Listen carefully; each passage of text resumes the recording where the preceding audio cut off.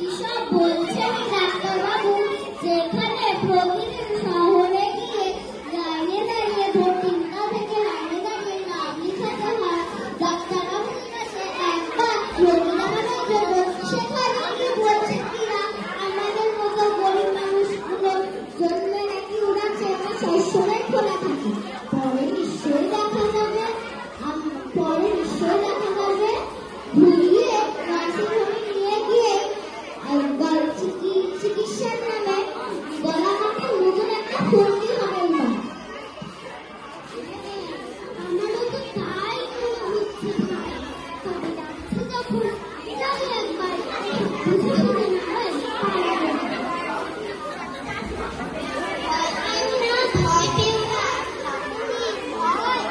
সরকারি হাসপাতালেও এখন ভালো চিকিৎসা হয়, ওষুধপত্র সব দিতে চায় বিনা পয়সায়।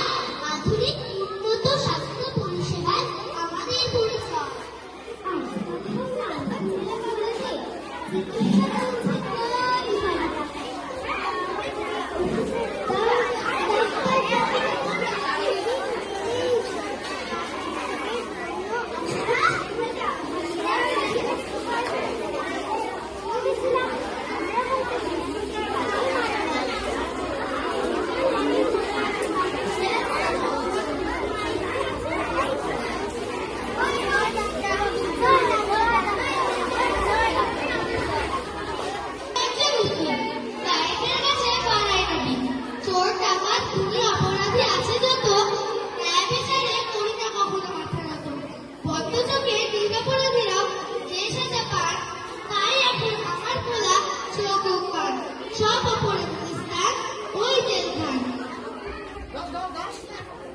হুজুর হুজুর, আমার জমি বাড়ি সব দখল করে নিয়েছে কয়েকজন।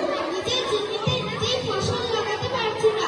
না খেয়ে আমার পরিবার রাস্তায় রাস্তায় ঘুরে বেড়াচ্ছে। প্রায় দীর্ঘ 6 বছর ধরে আমি কোর্টে চক্কর কাটছি, কিন্তু ন্যায় বিচার পাচ্ছি না।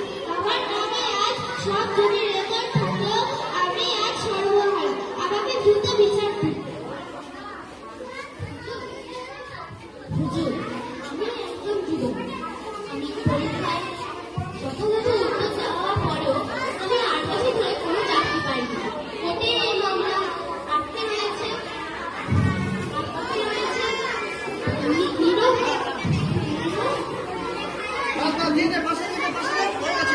আমি একজন নারী। একদিন আমার একটা পেয়ে রাত্রিবেলা কয়েকজন মধ্যবিত্ত খুঁজে গিয়ে আমার উপর পাশবিক অত্যাচার চালায়। আমার হাতে পায়ে সারা শরীরে অনেক ক্ষতচিহ্ন ছিল। হাসপাতালে দীর্ঘদিন চিকিৎসার পর মুক্তি থেকে কোনো রকমে বেঁচে ফিরেছি। আমাকে সম্মান মেনে আমার ভবিষ্যৎটাকে অন্ধকারে ডুবে গেছে। অনেক দিন হয়ে গেল, আমি কোথাও ফিরতে পারছি না। 10 বছর পরে এবার চলছে। দয়া করে কারাগারে সব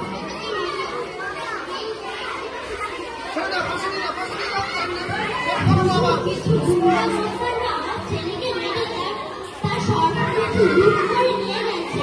দুষ্কৃতীরা এখনো জামিনে ছাড়া পেয়ে ঘুরে বেড়াচ্ছে। তাদের কোনো উপযুক্ত সাজার ব্যবস্থা না করলে ওরা আমাদেরও ক্ষতি করতে পারে।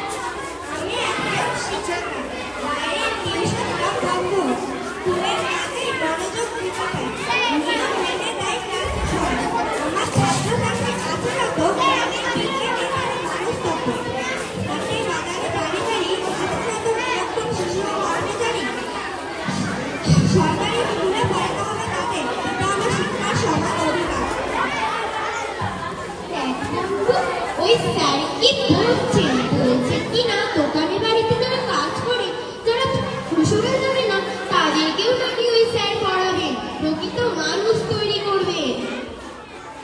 ধুর, ওসব ফালতামি কথা থাক। পরে বলবে বাড়িতে এসে টিউশনি না পড়লে পরীক্ষায় নাম্বার পারবে না। প্রত্যেকটা দিন আলাদা অঙ্ক, সেই মতো নোট কিনে তারপর লিখতে হবে পরীক্ষায়। মনে মতো না হলে নাম্বার কম। বুঝছিস ভাই? আমার প্রিয় ছাত্রছাত্রীরা, তোমরা এসো। শিক্ষকতা শুধু পেশা নয়, এটি একটি সমাজ সেবা। তোমরা স্কুলে বা কলেজে পড়তে যাও, তোমাদের জন্য আটখানা দশখানা বড় বড় ইউনিভার্সিটি তৈরি হচ্ছে। নিয়মিত পাঠ্য বই পড়লে আর বাইরে টিউশনের দরকার হয় না।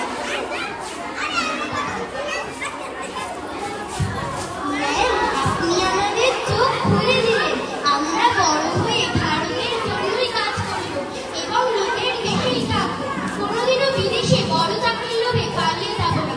ভারতবর্ষকে এগিয়ে নিয়ে যাব, এই আমাদের শপথ।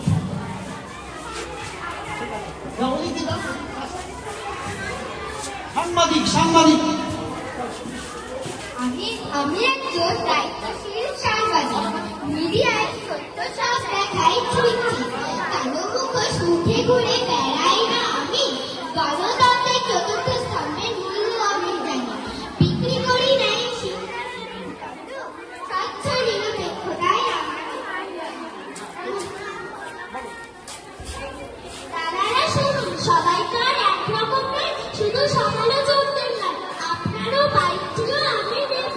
আমি সত্যকে সত্যরূপেই দেখাই মানুষের কাছে।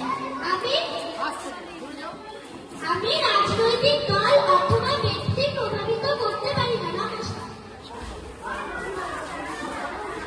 ভাই, টিভিতে খবরের চ্যানেল বলতে যেসব বাবার প্রতিদিন দেখাচ্ছে, বাস্তবে কিছু দেখাচ্ছে, সেগুলি সব ভুয়া খবর ছিল। একই